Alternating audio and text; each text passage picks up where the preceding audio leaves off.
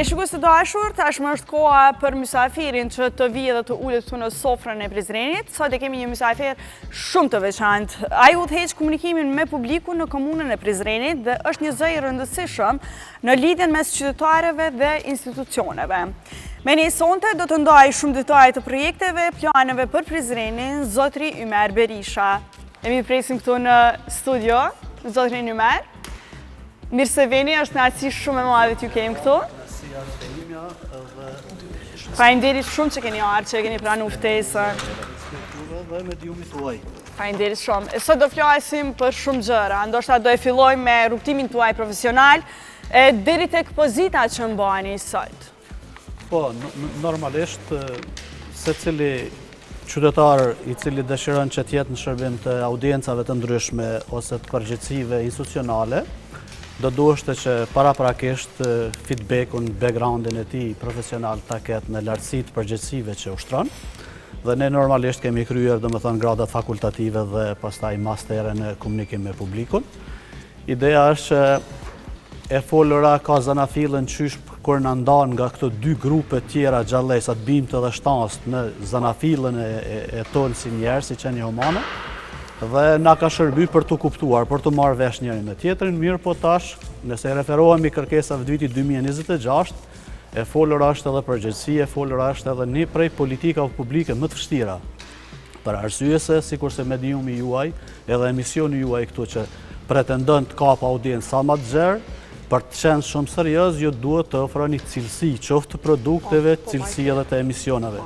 Kështu që edhe në institucionet e Kosovës, sidomos të dalura pas lufte, ne kemi përgjegjësi të shumë fishta, për arsye se jemi gjenerate cila kemi jetuar të sunduar.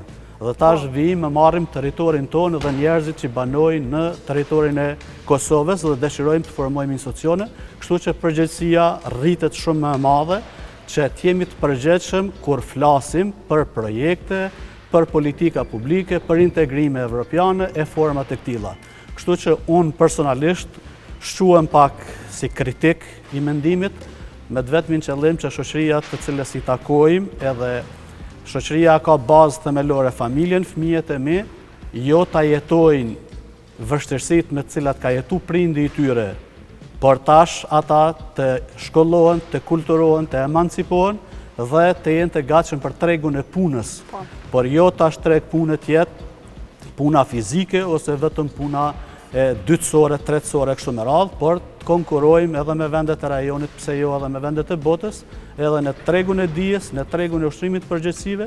Kështu që konsideroj se Komuna e Prizrenit në këtë drejtim e ka një zë të qëndrueshëm që paraqet punën e institucione, por unë mundohem që ta luaj rolin edhe të një qytetarit të ndershëm, që kërkesat që i kanë qytetarët, grupet e ndryshme të qytetarëve në Prizren, ti adresoj të kryetari i komunës ose të komunës. E sa është rëndësishme kjo ura lidhëse mes qytetarëve dhe institucioneve? Vështirësitë janë nga më të ndryshme, secili si të shohem me lëviz nga vendi ku jemi, nëse ne kriter kemi përgjegjësinë, vështirësia vjen dhe rritet, por me kalimin e ditëve krijohet përvoja dhe ne e kuptojmë që njeriu është mbi gjithçka. Edhe mbi vështirësitë, edhe mbi projektet, edhe mbi mënyrën e jetesës. Kështu që nëse e kemi të qartë çka po dojmë, ne qartësisht flasim me qytetarët, cilat janë kapacitetet e komunës për të realizuar projekte ose politike publike dhe cilat janë kërkesat e qytetarëve. Tash nga praktika, nga përvoja, qytetarët kanë kërkesa të shumta se ne kemi dalë thash nga lufta dhe infrastruktura nuk na ka përcjell kërkesën tonë, as ajo e shëndetësisë, as kjo e arsimit, as kjo sociale, domethënë kemi pas vështirësi shumë dha, po në Prizren me kujdesin maksimal të gjithë paran e taksapaguesve që e mbledhim si buxhet, mundohem me kujdes maksimal që ta bëjmë në projekte në mënyrë që në tërë territorin e komunës së Prizrenit jeta e qytetarëve të lehtësohet dita me ditë dhe kualiteti i jetës të merr drejtim një drejtimsh. Ne nuk guxojmë ta përsërisim veten, por duhet se secila gjeneratë që vjet jetoj kualitativisht më mirë dhe të jetë më e gatshme për treg punën. Po si e vlerësoni ju nivelin e komunikimit institucional në Prizren? Tani niveli i komunikimit normalisht e ka hapësirë sa të duash për të përmirësuar dhe për ta kuptuar, për arsye se kemi disa rrafshe të komunikimit. Kemi komunikim institucional vetëm informues, kur dalin grupet pej kryetarit edhe institucionet tjera dhe informojnë qytetarët çka ka ndodhur. Edhe kemi komunikimin afirmativ, kur flasin vetën e parë institucionet ose personat përgjegjës edhe nuk kanë përshtatshmëri me realitetin. Kemi komunikim analitik edhe që bëjmë analizën e projekte ose të veprimeve të personave përgjegjës, edhe kemi komunikimin kritik i cili duhet të bazohet kërkesat e qytetarëve, cilat janë adresuar kryetarit të komunës, komunës së Prizrenit, policisë që vepron në Prizren, sektorit sigurisë, shërbimeve komunale, ujë, rrymë e tjera.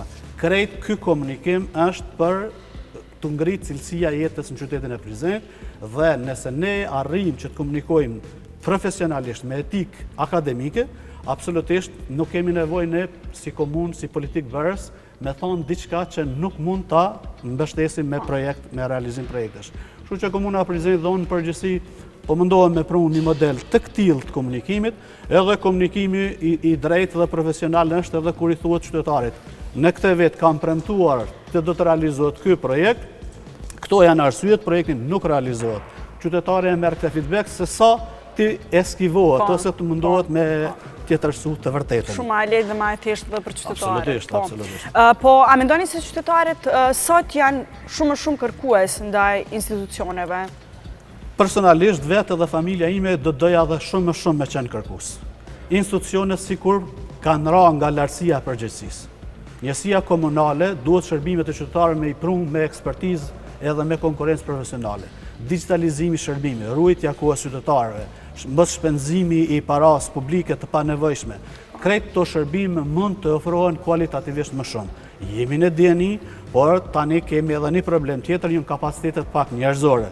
A kemi kapacitetet njerëzore profesionale të cilat ju dalin për karshi këtyre kërkesave? Kemi raste kur nuk mund të marrim shërbime të caktuara profesionale, po kemi edhe një logjik që është ndërtuar në institucionet që na jemi kundër edhe leadershipi edhe kryetari i komunës, zoti Totaj, po edhe unë personalisht jemi duke munduar maksimalisht që ti themi rrogat të cilat i marrim ne, i marrim si rezultat, faleminderit, i marrim si rezultat i pranisë së qytetarëve. Kërkesa e tyre duhet jetë alfa omega, fillimi dhe fundi i këtij angazhimi ton publik, e jo të shohim qytetarët si palë të cilat mund të presin, si palë të cilat nuk u ofrojmë shërbime edhe të shpejta, edhe cilësore, edhe ashtu që ata i njihen të vlerësuar. Po besoj që sot luajnë rol shumë edhe mediat sociale në komunikim me publikun, apo jo? Absolutisht luajnë rol, po nëse ndalim te mediat sociale është qasja, se si qasemi ne, nuk e kemi një kategori shoqërore shumë që është e kujdesshme, mediat sociale din kanë herë me të qitë edhe para situatave jo krejt të vërteta, jo krejt reale, për arsye se mund del një qytetar i papërgjegjshëm atje hap një rrjet social, pastaj bën atakime e tjera. Por megjithatë institucionet kanë për detyrë edhe dukurit negative, edhe komunikimi jo krejt etike profesional, kur vjen te institucioni nuk duhet ta shqetësoj institucionin. Institucioni e thot vetëm atë që është korrekte, profesionale e përgjegjshme për qytetarët, ndërsa neve na e ka lehtësuar punën, për arsye se të gjitha drejtoritë me të cilat ne administrojmë, të kabineti i kryetarit, mund të hapim rrjetet sociale edhe në emër të institucioneve, drejtorive dhe të kryetarit, mund të hapim edhe në rrjete personale dhe gjitha aktivitetet pastaj ne i prezentojmë atje dhe qytetarët e kanë informacionin e kohë reale. Po çfarë e bën një komunikim institucional të suksesshëm? Komunikimi institucional i suksesshëm veç duhet të jetë korrektësia, edhe profesionalizmi, etika. Nëse këto 3-4 elemente të cilat mësohen edhe në gjatë edukimit ton, pastaj kur përballen me përvojën dhe kërkesën jetësore, nëse ne jemi etik në atë që flasim dhe e përmbajmë, ose jemi të gatshëm me e pranu. Nuk po ecë një projekt ose një them publike e imja nuk po realizohet, por ka një arsyetim dhe ka një qëllim pse nuk po realizohet. Arsyetimi duhet të jetë gjithmonë i qëndrueshëm ligjërisht edhe gjithmonë i qëndrueshëm edhe në aspektin social. Po e jo tash ta zëm politikanë sikur të ne që kemi lanë me dëshiru flasim më shumë për projekte, flasim për jetë cilësore e tjera, kur të fillojmë të realizojmë atë, do më thonë i bjen kjerë, me full po thejmi kështu, sa realizohet pastaj mbetet për të parë. Tash kjo duhet të ngushtohet. Ideja e institucioneve është sikur... Nështë du të flasim më pak edhe të bëjmë më shumë, apo jo? Absolutisht, sikur tash, unë thash, që po njem shumë i vlerësuar në emisionin tuaj dhe në punën tuaj që e bëni si medium edhe si kompani që promovoni të vërtetat e produkteve ushqimore në këtë rast, por ushqimi tash po kalon si dije, si kulturë, si mënyrë jetese, çka nëse përmes ushqimit rritet jetë gjatësia e qytetarëve.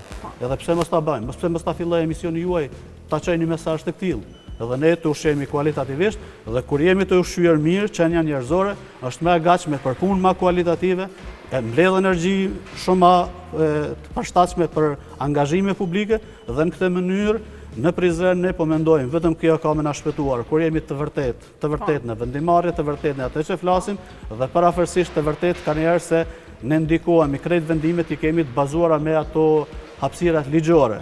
Ka njerë dëshira është për ta marrë një projekt me realizu, kur t'i jep ligjit çfarë protokolli kime njek për me realizuat projekt, jo rallë herë del atje që ta nalu SHP-ja, edhe ose mjetët bugjetore, pju bini fenomen vetë sa për me ilustru këte, do me thonë tash për mbarust komunën e Prizrenit, po e atakojnë me tërheqen nga bugjeti. Ne kemi planifiku rrugë, kanalizim, teleferikun e kalas, vend parkingjet të reja, kemi projekte madhore, kur shkojmë me i pa zerat bugjetor të bugjetit të komunës, janë bësh, janë të shpenzuara, dhe pa taj qa kemi bërë.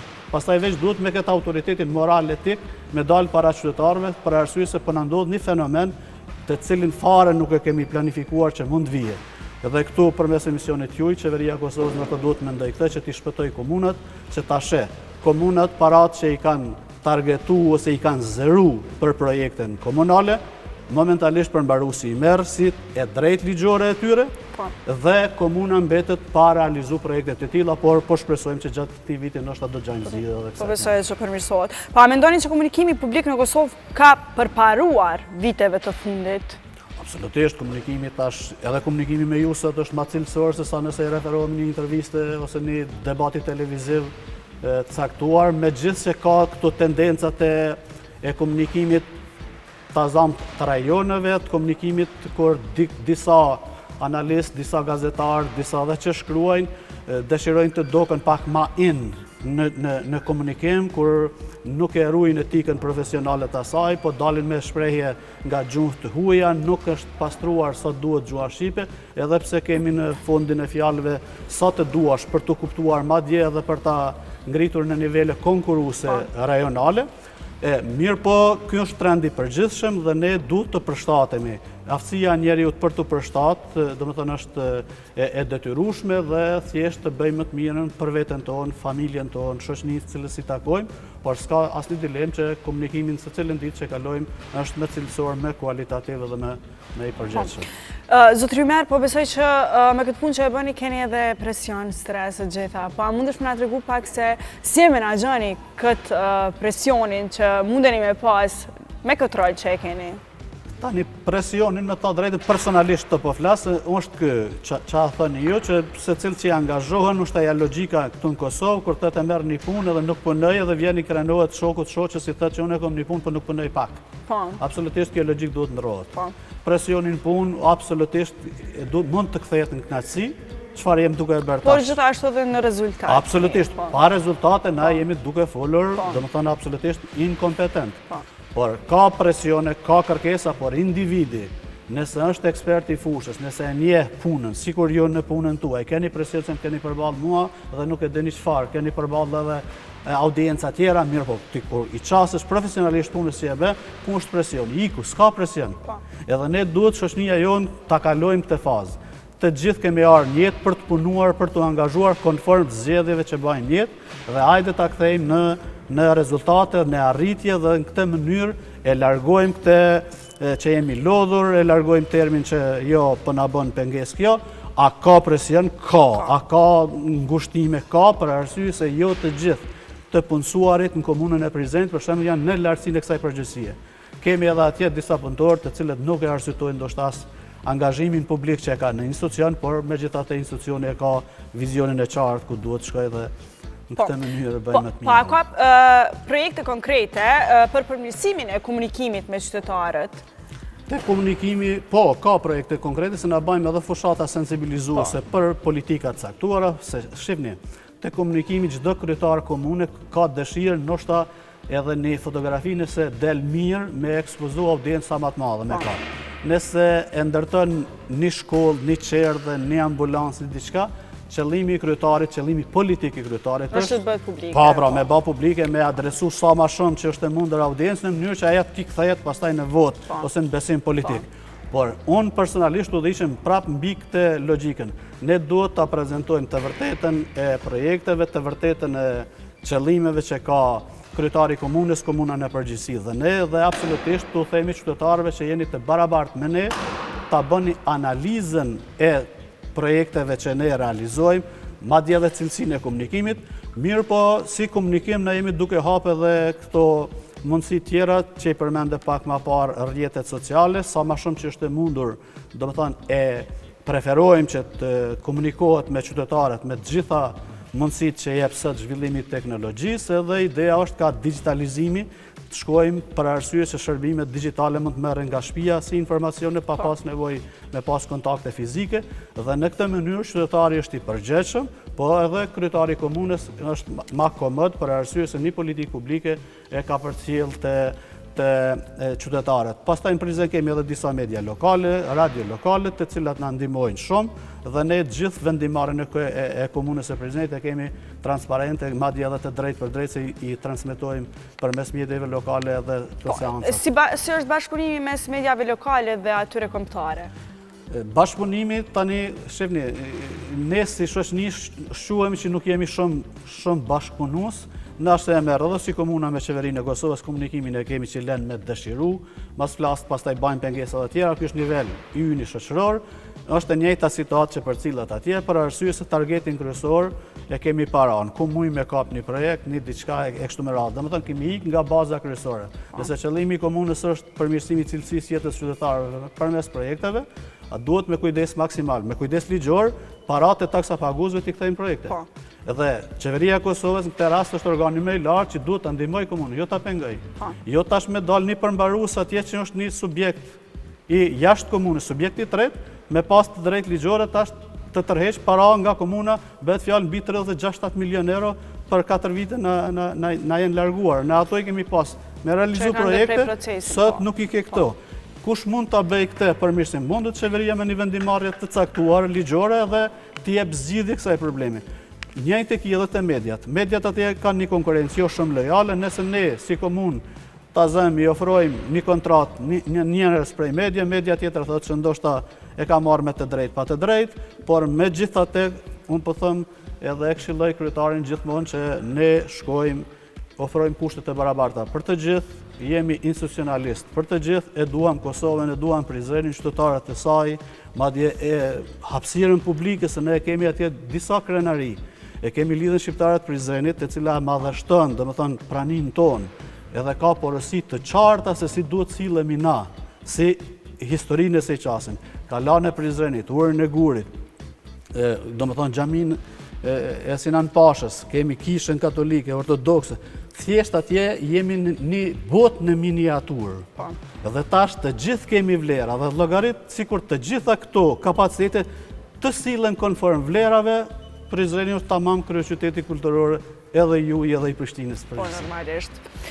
Po si e shihni zhvillimin e komunës së Prizrenit në vitet e ardhshme? Ndoshta kjo edhe pyetja për fund që edhe të shijojmë këto pjata fantastike që na kanë përgatitur kuzhinierët tonë.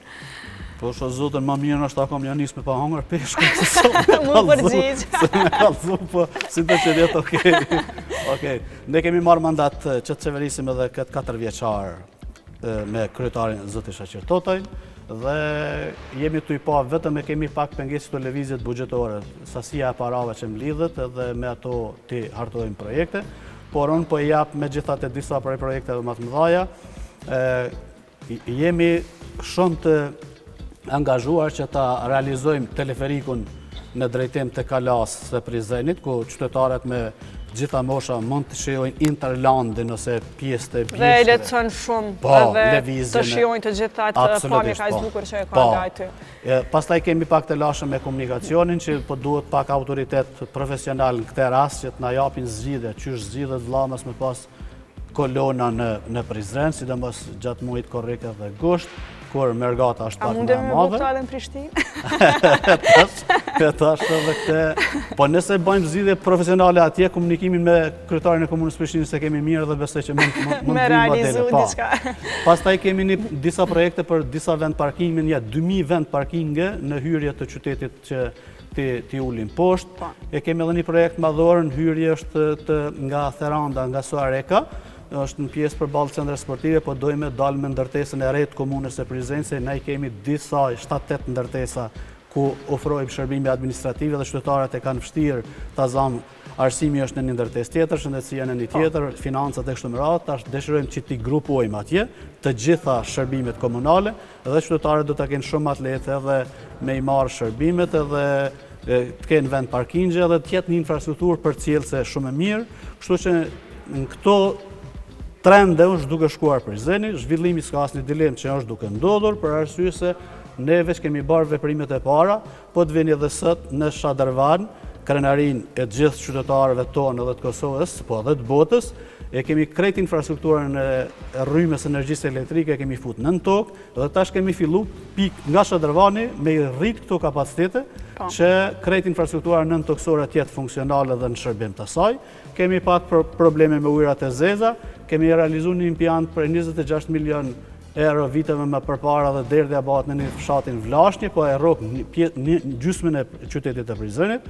Jemi shumë të interesuar që ta realizojmë një impjant edhe për gjysmën tjetër dhe në këtë mënyrë krenarin tjetër që është Lumbardhi i Prizrenit mos tjeti atakuar nga ujrat të cilët ndosin dhe në këtë mënyrë thjesht ta zhvillojmë ekoturizmin ose qytetarët ose dhe ju personalisht nëse do jeni në Prizren, pse të pini vetëm një lëng kafeje, por të shijoni pak edhe zhurmën e ujit të Lumbardhit, por edhe freskinë e tij, edhe atë ekoturizmin, bimësinë që ofron atje.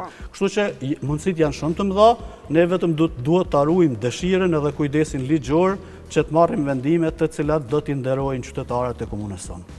Zotëri Ymer, faleminderit shumë që ishe pjesë e Pasion e Profesion. Tash është koha ta shijojmë pak pjatën, por para se ta përfundojmë plotësisht, unë kam një dhuratë për juve. Po ti je ma mirë atash. Faleminderit shumë. E kemi një dhuratë nga Lind. Disa çokolada shumë të shishme. Faleminderit shumë, faleminderit për dhuratat. Faleminderit juve për pjesëmarrjen dhe të bëft mirë. Faleminderit shumë, ishte shumë kënaqësi dhe ju komplementoj edhe për profesionalizmin edhe për angazhimin që po bëni, edhe herë po them, inshallah e kthejmë edhe ushqimin në dije, në kulturë, edhe në formim se mund përmes ushqimit muj me zgjat jetën e të gjithë qytetarëve të cilët i kemi në administrim. Faleminderit shumë edhe një herë. Shikues të dashur, kjo ishte e tëra për këtë epizod të Pasion e Profesion. Shpresoj që jeni ndarë të kënaqur. Falenderoj shumë zotrin Ymer Berisha, i cili ka ardhur nga Prizreni dhe e bëm një bisedë shumë të këndshme dhe na tregoi shumë gjëra. Falenderoj shumë Pashtrikun. Pashtrik, faleminderit shumë që ishe edhe sot pjesë e Pasion e Profesion. Faleminderit për juve. Po besoj që dush me anis me mendu një recetë tjetër për episodin e radhës. Lidojmë, faleminderit edhe ty shumë. Faleminderit për jush. Që nuk heziton të vish dhe të na bësh pjata të mrekullueshme. Faleminderit shumë. E unë dua të falenderoj shumë Podravkën si gjithmonë në fund të këtij emisioni për këtë emision kaq të bukur dhe me kaq shije që vjen çdo herë nëpër ekranet e juaja, e ne shihemi përsëri të dielën nga ora 18. Mirupafshim.